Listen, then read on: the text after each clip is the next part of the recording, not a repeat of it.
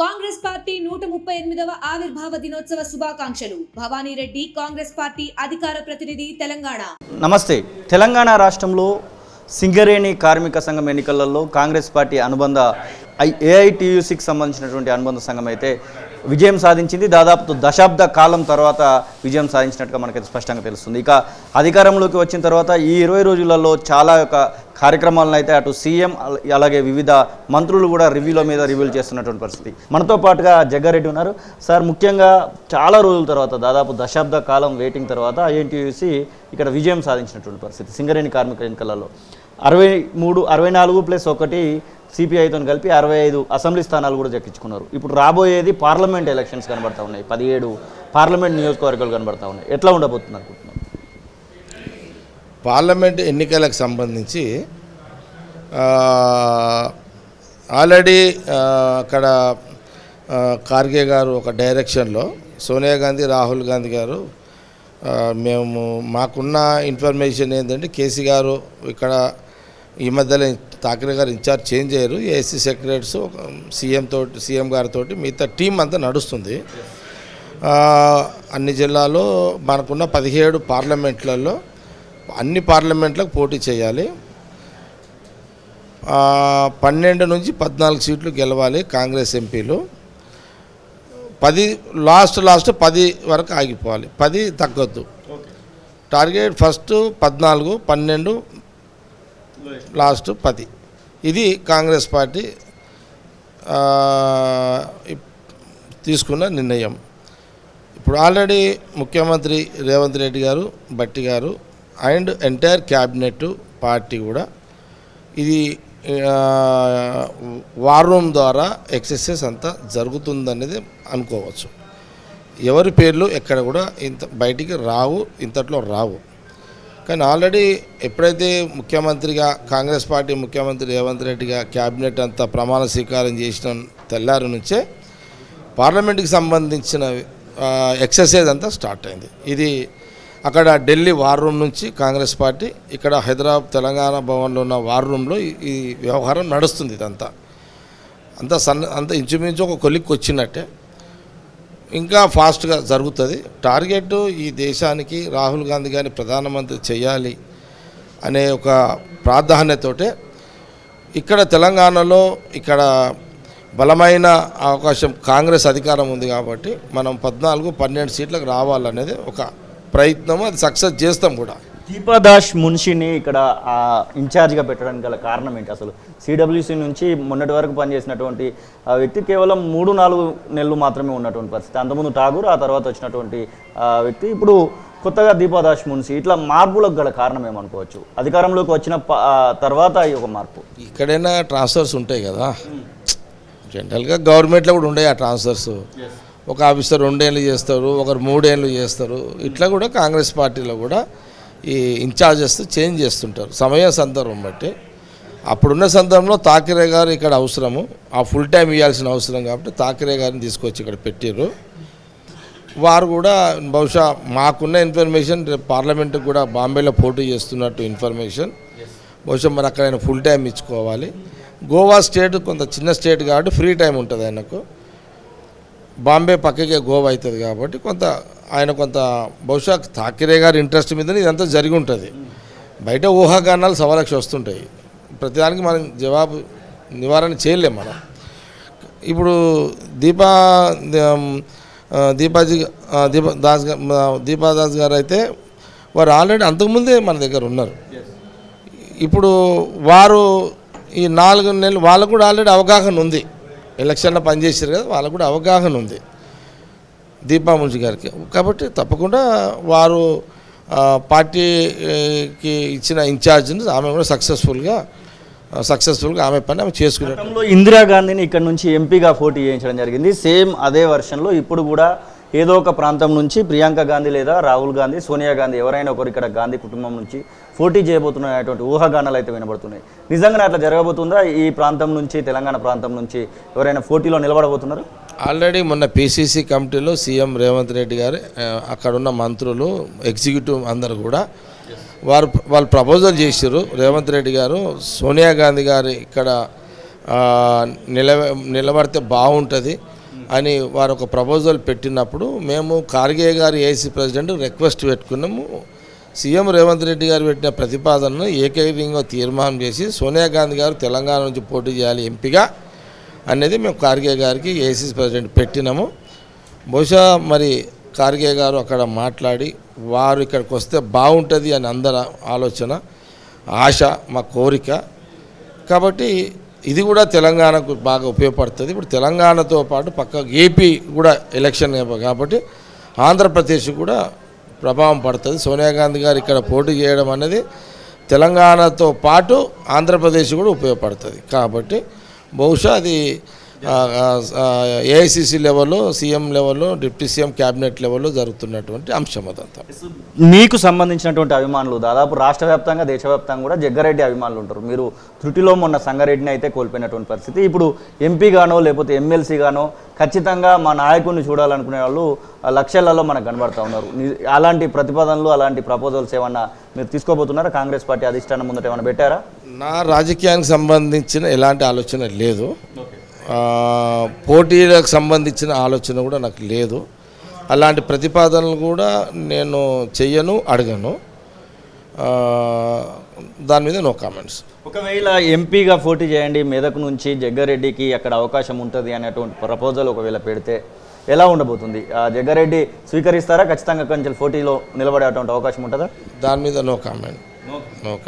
అంటే ఇప్పటి వరకు మీరు సీనియర్ మోస్ట్గా ఉన్నారు, దాదాపు లాయల్గా పనిచేస్తూ వచ్చారు. ఎన్ని కామెంట్స్ వచ్చినా కానీ మీరు కాంగ్రెస్ పార్టీని పట్టుకొని ప్రతిపక్షంలో ఉండి అనేక కార్యక్రమాలను తీసుకున్నటువంటి పరిస్థితి. కాంగ్రెస్ పార్టీ ఇచ్చినటువంటి అన్ని కార్యక్రమాలను, భారత్ జోడో యాత్ర నుంచి కానివ్వండి, ఏ కార్యక్రమంలోనైనా కానీ జగ్గారెడ్డి పాత్ర అనేది అమోఘంగా కనబడుతూ వచ్చింది. ఇప్పుడు ఈ సమయంలో ప్రభుత్వంలో కీలకమైనటువంటి స్థానంలో ఉండాలనేటువంటి మాటకి ఏం చెప్తారు? నేను ఏది ఆశించను, ఏది కోరుకోను. పార్టీ లైన్లో ప్రశాంతంగా గాంధీ భవన్లో పార్టీ పని చేసుకుంటూ కూర్చుంటాం. ఇంకేదైనా ఆలోచనలు కనబడుతున్నాయా? పిసిసి ప్రెసిడెంట్ అలాంటివి కూడా ఇప్పుడు ఖాళీ కాబోతున్నాయి అన్నటువంటి వార్తలు కూడా వస్తున్నాయి. నేను ఎలాంటి రాజకీయ కామెంట్స్ చేయను.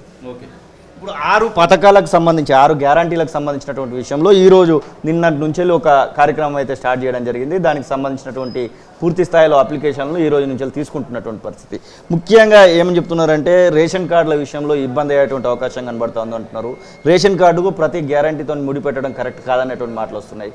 ఈ సంగారెడ్డి వరకు చూసుకుంటే ఎట్లా కనబడుతుంది?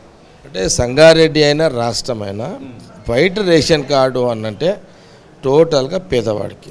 పేదవాళ్ళంటే రైతులు పేదవాళ్ళే. ఇప్పుడు డబ్బున్నవాడు వైట్ రేషన్ కార్డు అడగడు కదా, వాళ్ళకి ఏం అవసరము, వాళ్ళు అడగరు. సమస్య లేదు ఇది. ఇప్పుడు అందుకే ఓపెన్గా రాష్ట్ర ముఖ్యమంత్రి రేవంత్ రెడ్డి గారు ఓపెన్గా ఈ 9 రోజులు స్పెషల్ ఆఫీసర్లను పెట్టి అధికారులను గ్రామాలకు, బస్తీలకు పంపించి వాళ్ళే ప్రజలే అప్లికేషన్ పెట్టుకునే ఒక అవకాశాన్ని ఇప్పుడు ఈ 9 రోజులు ఇవ్వడం జరిగింది. దానికి ఎంటైర్ కాంగ్రెస్ పార్టీకి సంబంధించిన కార్యకర్తలు, నాయకులు అందరూ కూడా డైరెక్ట్గా పబ్లిక్ దగ్గర పోయి, అధికారులే కాదు మా నాయకులు, కాంగ్రెస్ పార్టీ కార్యకర్తలు దరఖాస్తులు తీసుకొని అధికారులకు ఇచ్చి మళ్ళీ ఆ లబ్ధి పథకాలన్నీ వాళ్ళకి అందించే విధంగా ఇది ఒక ప్రణాళిక జరుగుతుంది. ఇది కాబట్టి ఇప్పుడు మేము అధికారిని ఎంక్వైరీ చేయమని అంటలే.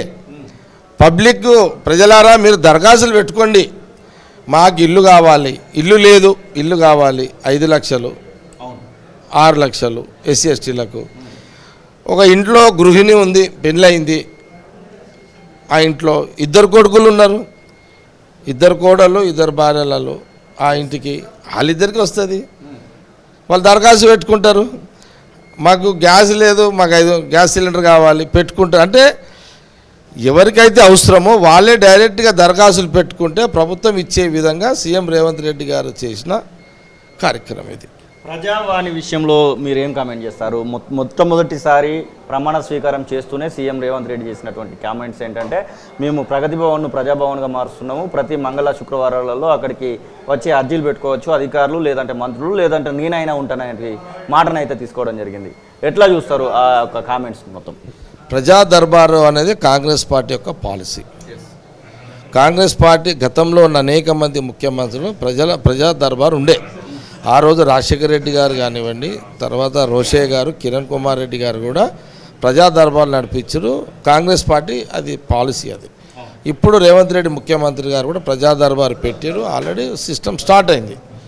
అదే సిస్టమ్ కొనసాగుతుంటుంది. ఒకసారి ఆయన ఉంటాడు, తర్వాత మంత్రులు ఉంటారు, తర్వాత అధికారులను అక్కడ పెట్టి వాళ్ళ దరఖాస్తులు తీసుకోవడము, కన్సల్ట్ అధికారులకు పంపించి దాని రెస్పాన్స్ అయ్యే విధాన్ని ఆ సిస్టము ప్రభుత్వం జాగ్రత్తలు తీసుకునే సీఎం రేవంత్ రెడ్డి గారు, భట్టి గారు స్టార్ట్ చేశారు. అది కాంగ్రెస్ పార్టీ డైరెక్షన్. అది ఈ ప్రభుత్వం నెలల ప్రభుత్వమే అంటూ అటు మాజీ ముఖ్యమంత్రిగా ఉన్నటువంటి కడియం శ్రీహరి మాట్లాడుతున్నారు. అలాగే బీజేపీ పార్టీకి సంబంధించినటువంటి కొంతమంది నేతలు మాట్లాడుతున్నారు. నిజంగానే అట్లా కనబడతా ఉందా? 64+1 65తో ఉన్నటువంటి మీకు ఇప్పుడు కాంగ్రెస్ పార్టీలో అందులో ఉన్నోళ్ళు ఇంట్లో వచ్చే అవకాశం ఉంటుంది.